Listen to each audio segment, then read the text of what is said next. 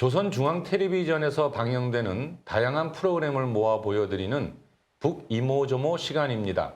오늘도 어떤 흥미로운 방송이 준비되어 있을지 기대하셔도 좋습니다. 네, 첫 번째 이모저모는 학생들을 위한 과학 상식 시간입니다. 여러분, 문구용 가위, 원예용 가위 이렇게 가위마다 손잡이 모양, 그 길이가 다 다른 이유 혹시 알고 계세요? 거기에는 지렛대 원리가 숨어 있다고 하는데요. 생활 속에서 배우는 과학 상식 함께 보시죠. 학생동무들, 우리가 생활에서 흔히 이용하는 생활도구들 가운데는 이 가위도 있습니다.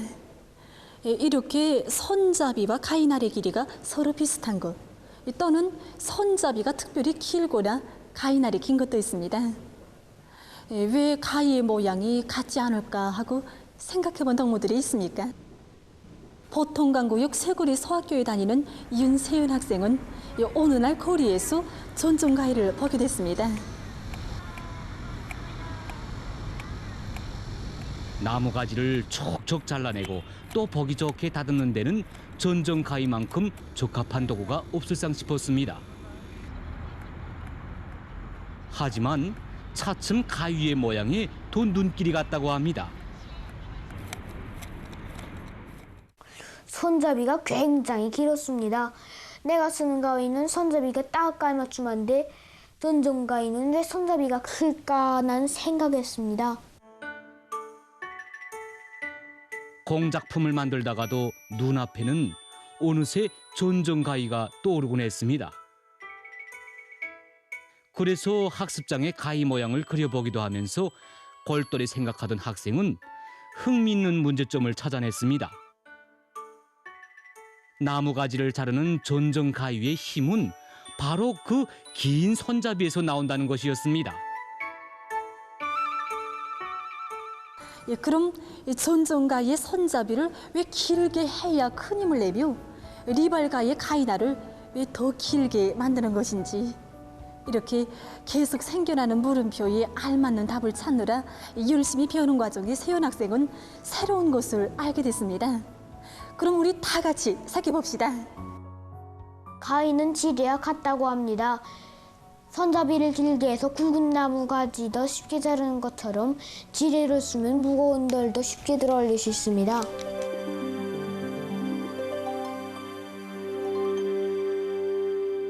그럼 이에 대해서 전문가 선생님의 얘기를 들어보겠습니다. 일반적으로 지렛대는 무거운 짐을 쳐두는 데 두는 도구인데 가벼우면서도 든든하고 변형되지 않는 그런 막대기를 지렛대라고 볼 수 있습니다. 지뢰가 돌 때 고정축의 역할을 하는 고정점을 지지점 혹은 지점이라고 합니다. 그다음에 지지점으로부터 지뢰에 준 힘의 연장선까지 구운 수직거리를 준 힘의 팔, 지지점으로부터 지뢰가 받는 힘까지 힘의 연장선까지 구운 수직거리를 받는 힘의 팔이라고 합니다. 지뢰에 준 힘과 준 힘의 팔을 곱한 값이 받는 힘과 받는 힘의 팔을 곱한 값과 같다. 따라서 준 힘의 팔의 길이가 길수록 적은 힘을 주어도 큰 힘이 전달돼서 큰 물체를 둘 수 있다. 이렇게 생각하면 그게 지렛대의 원리입니다. 예. 가위에서 지지점은 두 가위 날이 겹치는 점입니다. 예, 이 점을 지지점으로 하여 두 개의 지렛대가 동시에 움직이는 이러한 공구다라고 생각하면 됩니다. 그래서 원예사들이 이용하는 전종 가위를 보면 날 부분이 짧고 손잡이 부분이 깁니다. 바로 손잡이 부분이 길어야 여기에 적은 힘을 들여도 날에서 큰 힘이 나타나는 것입니다.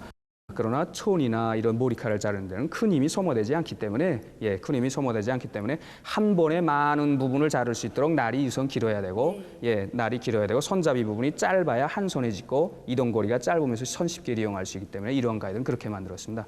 또한 저울도 지뢰의 원리를 이용하여 물체의 무게를 잽니다. 그래서 보다시피 저울에서 보면 저울을 사람이 두는 이 손잡이 부분, 그것이 바로 지지점으로 됩니다. 짧은 팔 쪽에 아무리 무거운 물체를 달아도 쥐의 위치만 변화시킨다면, 다시 말해서 준 힘의 팔의 길이를 계속 길게 하면 아무리 무거운 물체도 얼마든지 그 무게를 잴 수 있는 것입니다.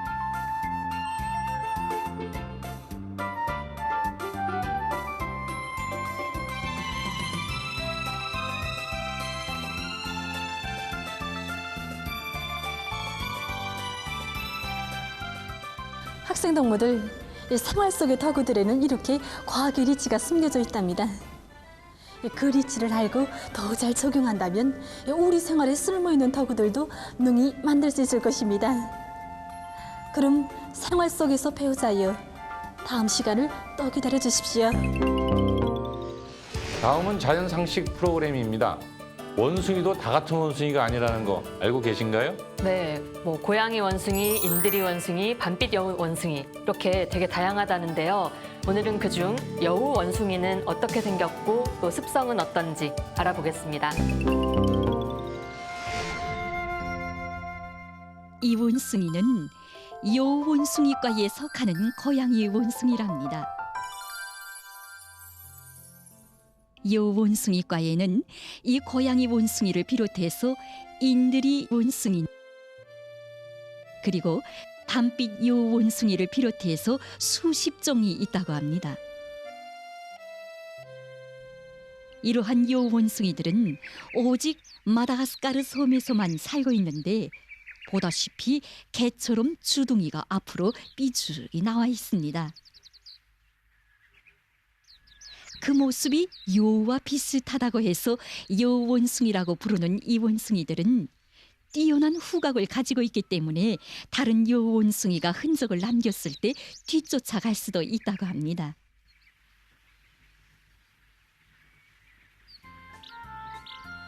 그리고 이 눈 생김새를 보십시오. 앞으로 모아진 두 눈이 정면을 향해 있지 않습니까?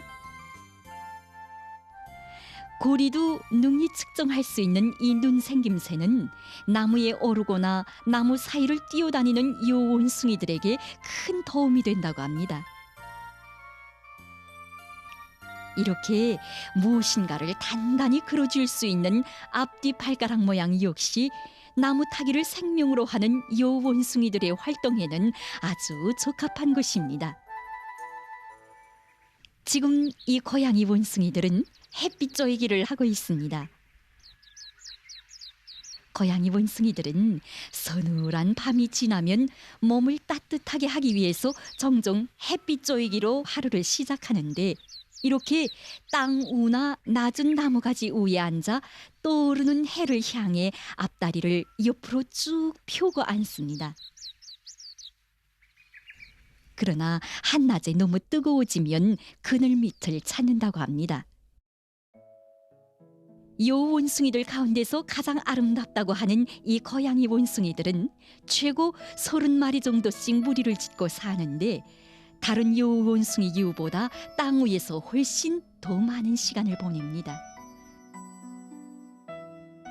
고양이 원숭이들은 줄무늬가 나 있는 아름다운 긴 꼬리로 서로 의사소통을 하는데 먹이를 먹을 때 다른 원숭이가 나타나면 꼬리를 수직으로 세워서 신호를 보낸다고 합니다. 또한 수컷들은 앞다리에서 나는 고약한 냄새를 꼬리에 묻혀 흔들며 경고 신호를 보냄으로써 경쟁자들을 쫓아낸다고 합니다. 대부분의 여우 원숭이들은 숲속의 나무잎이나 꽃, 나무 껍질을 먹고 살지만 고양이 원숭이를 비롯한 일부는 곤충이나 알도 먹고 산다고 합니다.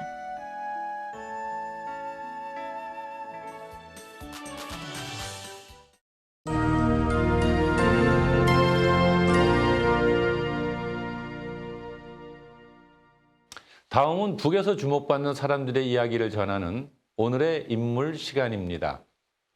혹시 기억력 좀 좋은 편이세요? 한때는 기억력의 남자였죠. 기억력의 남자. 요즘에는 조금 나이를 먹으니까 네. 좀 힘들어지고 있습니다. 네. 저는 사실 어릴 때부터 워낙 많이 깜빡깜빡하는 성격이어서 기억력 좋은 사람 보면 굉장히 부러워하는데요. 근데 세계적으로 기억력 선수권 대회라는 대회가 매년 열린대요. 알고 계셨어요? 그런 대회가 있어요? 네. 이게 매년 열리고 카드 기억, 수 기억, 얼굴 및 이름 기억, 역사 사건 기억하기 이런 걸 겨루는 대회라고 합니다. 근데요. 최근 대회에서 1등한 사람은 15분 만에 1122개나 단어를 외웠답니다. 어마무시하네요. 참. 이 어마무시한 대회, 오늘 주인공이 이 대회에서 2018년 세계 1등을 한 데다가 세계 분야에서는 세계 신기록까지 세워냈다고 합니다. 와, 그 비결이 뭔지 대단히 궁금하네요. 오늘의 주인공 유송희 씨, 빨리 한번 만나보시죠. 2019년 12월 4일부터 8일까지 중국 무한시에서 제28차 세계 기억력 선수권 대회가 진행되었다. 제28차 세계 기억력 선수권 대회에는 세계 40여 개 나라와 지역에서 선발된 500여 명의 우수한 남녀 선수들이 참가하였다.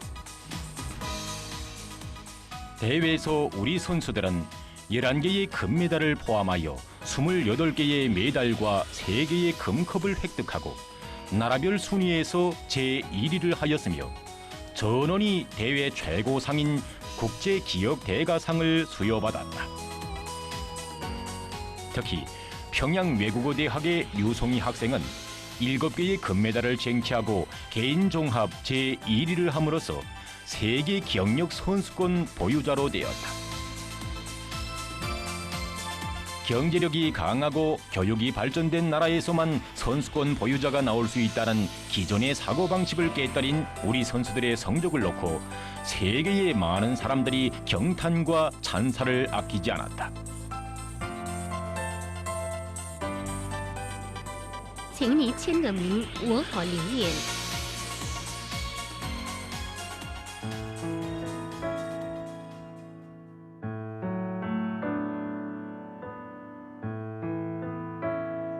처녀는 대학 2학년생이던 18살에 석독을 시작했습니다.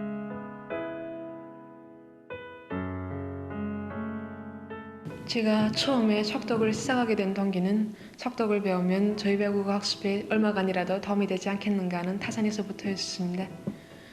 그때 적의 명예를 걸고 세계경연에 나갈 수 있다는 생각은 할 수조차 없었습니다. 이렇게 자기 혼자의 명예만을 생각하던 저를 적의 명예를 귀중히 여기고 적의 명예를 위해서 분투하도록 이끌어주신 분이 바로 저의 석독지도 교원인 박철진 선생님이십니다. 그 누구에게도 지지 않는 1등 가는 실력가. 이것이 처녀대 학생의 소원이었습니다. 하지만 석독지도 교원인 박철진 선생님을 알게 되면서부터 그의 생각은 달라지기 시작했습니다. 너의 성적에 개인의 명예만이 아니라 우리 국가의 전엄 사회주의 교육 제도의 우월성이 비끼게 된다. 조국의 명예를 걸고 분투하라. 이것이 늘 귀에 못이 박히게 강조하던 선생님의 당부였습니다.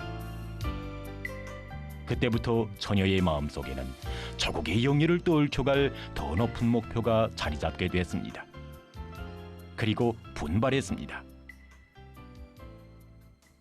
제28차 세계 기억력 선수권 대회에 참가하게 되었다는 계획위원회 통지가 온 그날 선생님은 우리들 앞에서 조용히 눈물을 흘리셨습니다.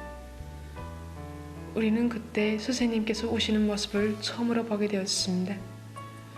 선생님께서 철없고 어린 두 여학생 앞에서 서리 없이 조용히 흘리시던 그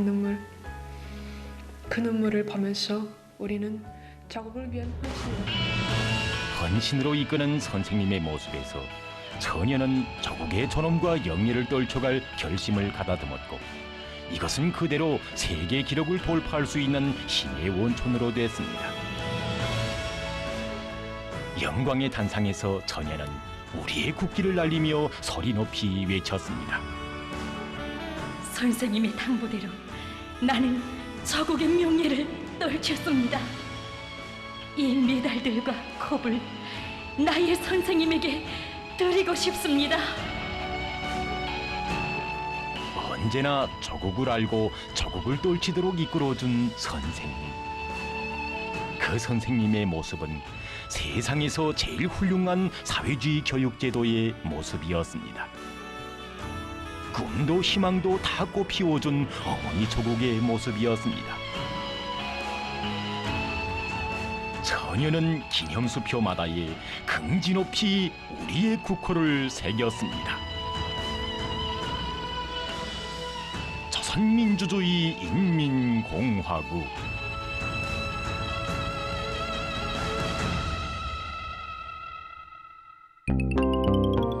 놀라운 성적의 비결은 그 선생님의 믿음과 헌신이었군요. 그러게요. 어쩌면 오늘의 인물 주인공이 1등을 한 류송희 학생이 아니라 그가 있게 한 박철진 선생님이었다. 이런 생각도 듭니다. 그렇죠. 그러니까 훌륭한 제자 뒤에는 늘 훌륭한 스승이 있다. 이 말이 정답인 거죠. 오늘날 이 땅의 모든 선생님들께 다 드리고 싶은 말씀이기도 합니다. 네.